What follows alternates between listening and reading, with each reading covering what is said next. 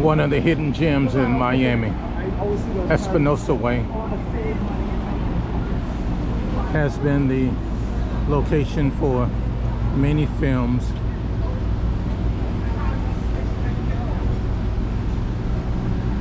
Not only in Miami, but in America, that's depicting a Cuban, Spanish environment. Okay. So again, Espanola Way. Needless to say, many of the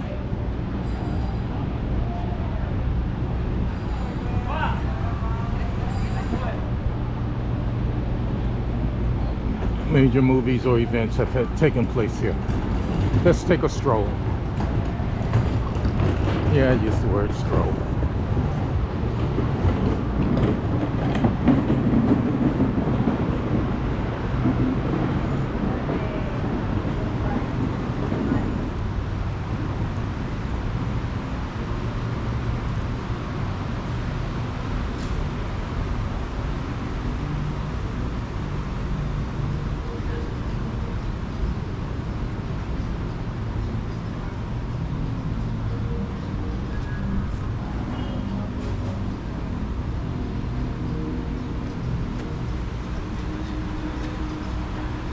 Okay, so we're only a couple of blocks from the beach.